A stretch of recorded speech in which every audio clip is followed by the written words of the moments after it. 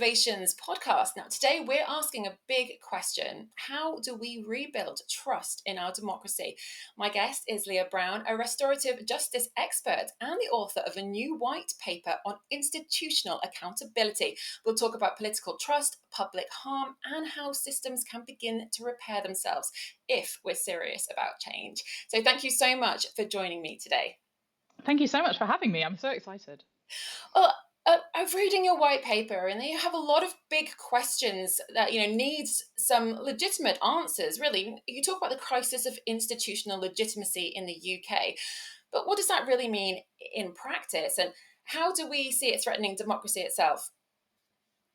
Well, I think this crisis of institutional legitimacy refers to the erosion of public trust in key institutions. So if it was isolated, then we could get more comfortable with it. But the reality is it stretches across the police and healthcare and education, the civil service, the Church of England. And the decline here in these institutions isn't merely about dissatisfaction. It's about a profound disconnect where citizens no longer feel like these institutions serve their interests or uphold their values. And so in practice, what do we get?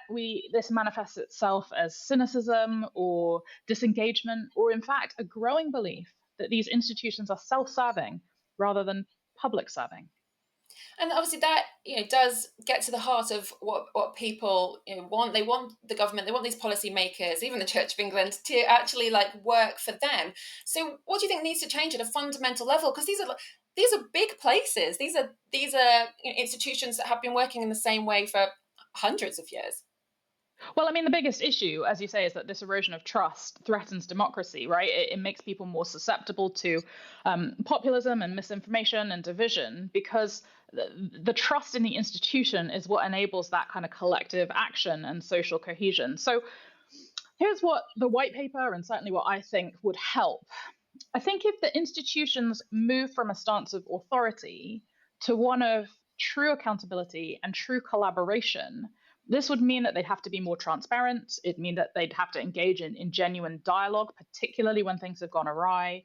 And we think that by adopting restorative approaches and disciplines that prioritize healing and trust building over punitive measures holds the answer, because I think we're very quick to eject people from organizations when they've done something wrong, but we don't do any kind of remediation. And so the cultural challenge persists. And ultimately, it's cultural challenges that are resulting in this erosion. So we should probably start by addressing those. Well, no, absolutely. And of course, when it comes to institutions and the causing harm, it's not just one, as you rightly say, this is institutional. And why do you think it's such this damaging dynamic? Because ultimately, it isn't just one company, it isn't just one business, it is a societal issue. So, what could potentially be a more democratic or accountable alternative look like? Well, I think that would look like creating spaces where affected individuals and communities can voice their experiences and participate actively in the healing process. The underlying issue is that this dynamic perpetuates a cycle, and that cycle allows institutions to not acknowledge their role in causing harm or creating space for those who have been affected to have their say in what should happen next. And so when institutions control the harm and the response, they maintain that power imbalance and prevent that genuine accountability.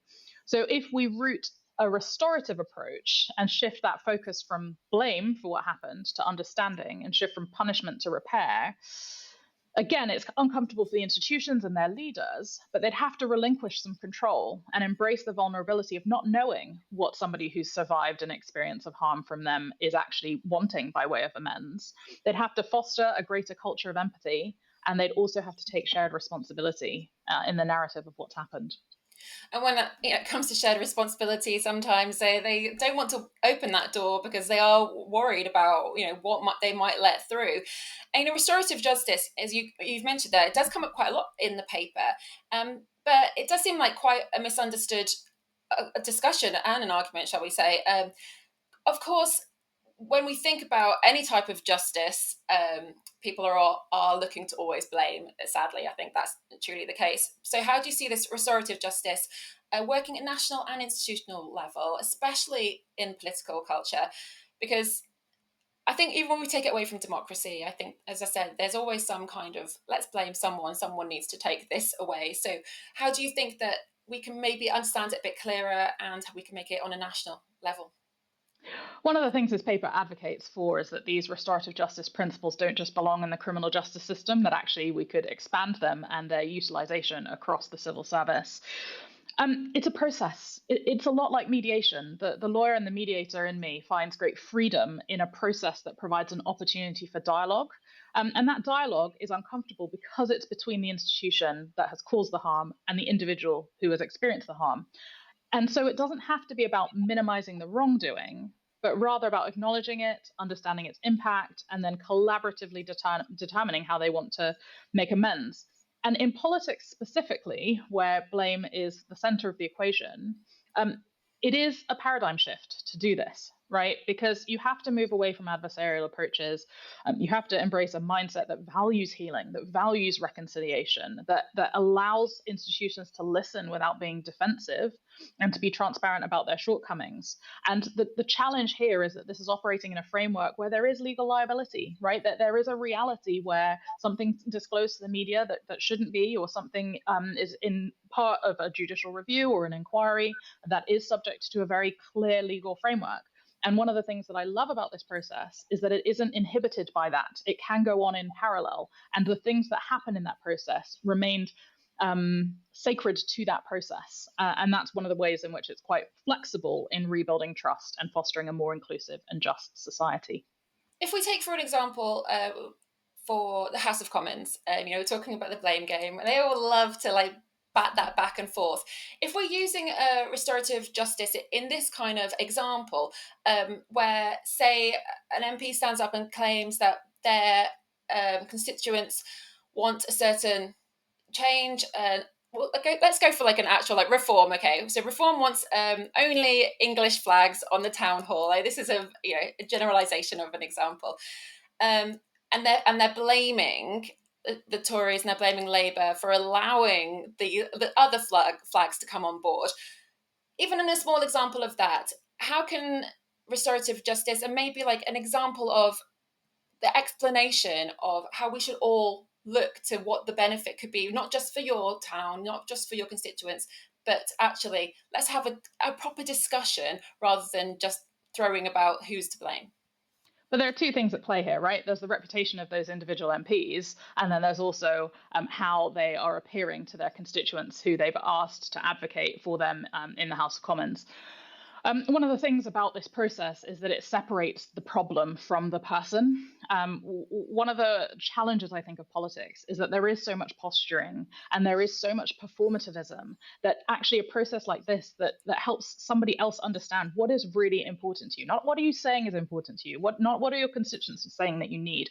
Why does this have to happen as the marker for you to achieve what you want? What if you could get another alternative now, and then you could, display for 51 weeks of the year the flags that you want in this other location? We don't know, because we don't approach conflict in that way. We don't think about the challenges that we experience when we're telling somebody no, or we're saying something is not possible, because we haven't understood their viewpoint and we haven't understood their drivers. And so a restorative process would deal with the people who are harmed by the presence of the flag, as well as those who would be harmed without the flags being present, as well as what are the MP's interests in all of this, and create that dialogue to work out a workable path forwards. It doesn't that just sound like common sense? Why is it taking so long to try and push this forward? A lot of the things that you mentioned in your white paper do seem like, oh, why isn't this obvious? Why hasn't this like happened yet?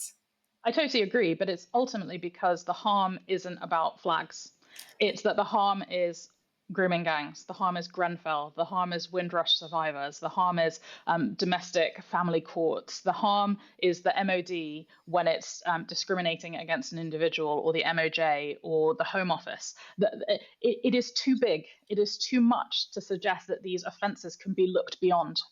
And that weight, that heaviness of the challenge is a total opposition to addressing it, because who's going to take up the mantle? Who's going to think that that's possible? Who's going to think that a process that seems so simple can possibly address and unpick some of these challenges? And then when it comes to that kind of group think, then looking at those big institutions. So do you think that when we're trying to take away from the blame, looking at the big issues that we're still facing and we still continue to face, do you think that there is a realistic way to break each segment down and not just have necessarily all right, let's check box. We do the same thing we're doing for flags that we're going to be doing for Grenfell survivors. How do you see that working? Well, groupthink is a psychological phenomenon that arises because the desire for harmony or conformity in a group leads to irrational or dysfunctional decision making, right? So just because everybody agrees to it doesn't mean that it's a good idea. And in the government, that can result in poor policy outcomes or a lack of innovation or poor spending choices or most likely the suppression of dissenting voices. So, how are we going to address it and its perpetuation of ineffective and harmful practices? Again, it's about culture. It's about fostering a culture that allows for critical thinking, that values diverse perspectives, and that creates safe space for people to disagree. And again, when people don't feel comfortable creating a space for somebody to challenge them or trust in the weight of their narrative, that it can be convincing in and of itself, you need somebody who can be a devil's advocate to pick apart people's ideologies to ensure that they carry due weight. And I think when you encourage open debate, when you ensure diversity within decision making, you can mitigate the effects of groupthink and have much more effective governance. Taking it off the commons and the big institutions, we see this quite a lot in a lot of the protests that we are having on the streets. I think only this weekend, there was some protests for trans rights, people trying to argue their point in that sense, but without having that mediator, it just ends up being a shouting match. And of course, do you think that no matter what, people are going to argue if they truly believe that their opinion is correct? They do get themselves into an echo chamber and they encourage other people to believe what they believe. Do you think that for people, human beings, not just these institutions, do you think that they really want to be told or maybe even hear that they're not right, or maybe their thought process isn't quite what they're thinking? This is one of the greatest challenges, though, because restorative processes aren't about establishing who's right or who's wrong. In fact, our legal system isn't even set up to work out who's right or who's wrong. That's much more of a continental approach. Um, People want to feel right because it makes them feel good about themselves. It makes them feel comfortable and it makes them feel safe. And the idea that they could possibly be wrong allows people to go into spirals of anxiety. Ultimately, I think the bigger issue here is that people don't feel able to have their opinion validated, no matter whether it's distasteful to somebody else or not. And that's why the media's responsibility in fostering informed and constructive public discourse by giving a balanced side of the conversation and reporting fairly and avoiding the amplification of misinformation is so important. And it's a critical part of our white paper. And we've explored this issue because without the media, the wider public narrative is really going to struggle to shift from one of blame and division to one of understanding, empathy, and collective action. I mean, talking about the media, as well as political MPs, but also all of those in the world of politics. People don't trust them, and actually, the trust is at record low. We see conspiracy theories every day. People aren't really sure that anyone's telling them the truth, so they will look for their own, as I said, echo chamber. You did mention that the media does have a part to play in this wider public narrative, and as you say, it is in the white paper that you discuss about rebuilding this kind of democratic trust. But do you think that we are getting it kind of wrong? But do you think that maybe we are, because we've moved away from this regional understanding to listen to local people, to listen to local cultures, that's why it could potentially be so low, because we're just seeing one major narrative that's being spread across all media? I'm less convinced by that argument, partly because I think that local media is actually booming insofar as take up for local papers and slots on local radio shows. I think it's more about this right concern about how the media is funded, and I think that that's what's causing a lot of the unrest. I think in terms of having a very centralized media, I think the centralized media is very polarized, and therefore we're not getting one narrative, and that's part of the problem. So it's who has the most money who determines what the narrative is, and so I think at the root of that that issue is how do we create more transparency and ensure that there is I suppose clarity and accountability in the ways in which stories are brought to the surface. We saw this in the general election, and in fact, immediately following the general election, and the way in which repeatedly the Labour government cabinet ministers experienced a huge amount of media vitriol. And it was like, well, the natural reaction to this is who was funding that? And that's not what we as a British public should have to engage with when we're considering whether or not we can trust what we're hearing on our radio airwaves or on the TV. Oh no, absolutely. But when it comes to that narrative, though, when you say that there's disparity between the stations, one has a right wing, potentially left wing. There's all of these political aspects, but they're still telling the same story, even though it's through their different ways of describing it.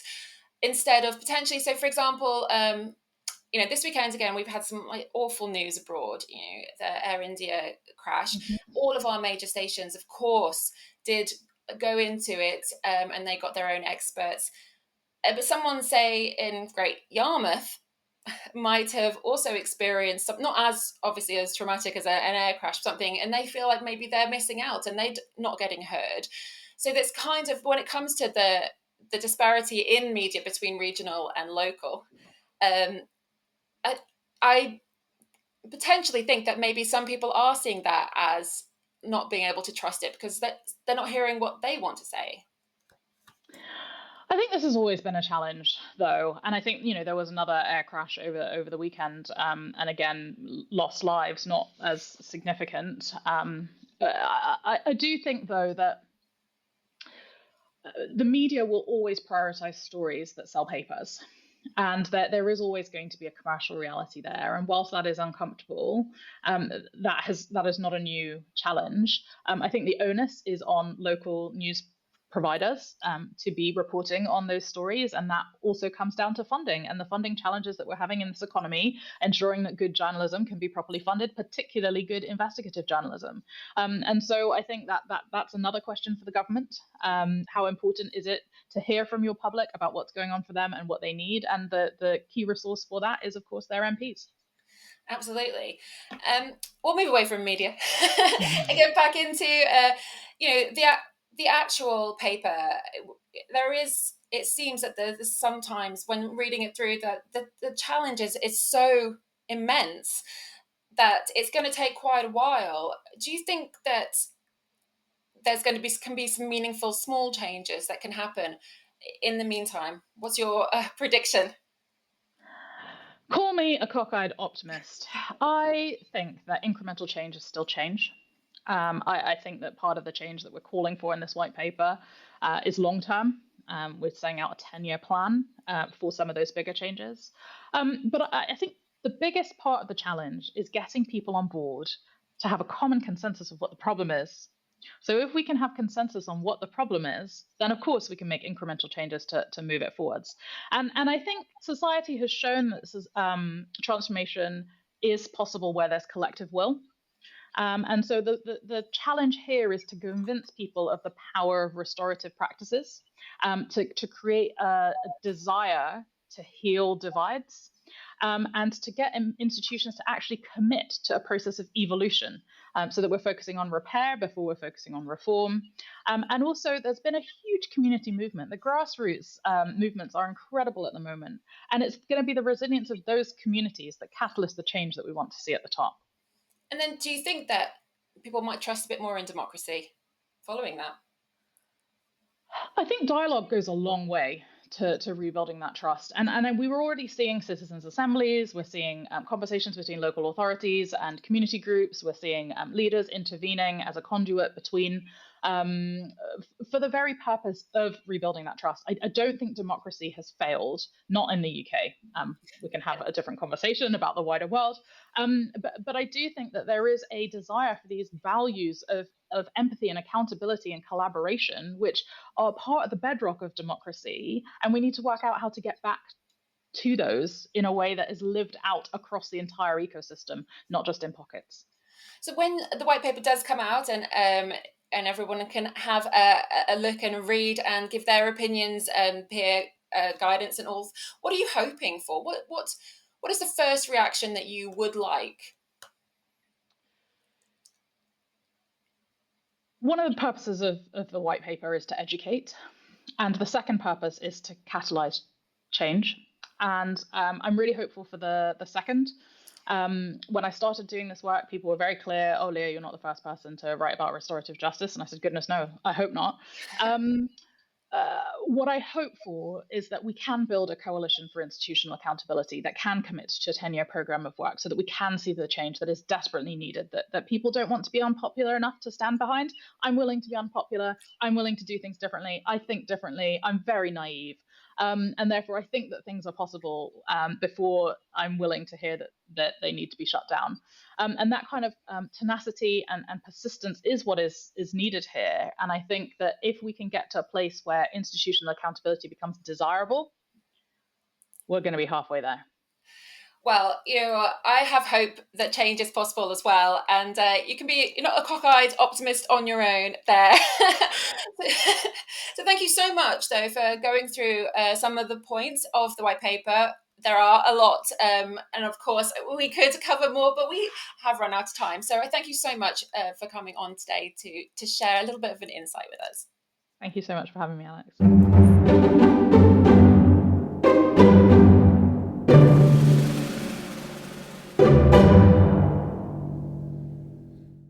The Observations podcast has been brought to you by Democracy Volunteers, the UK's leading election observation group. Democracy Volunteers is non-partisan and does not necessarily share the opinions of participants in the podcast. It brings the podcast to you to improve knowledge of elections, both national and international.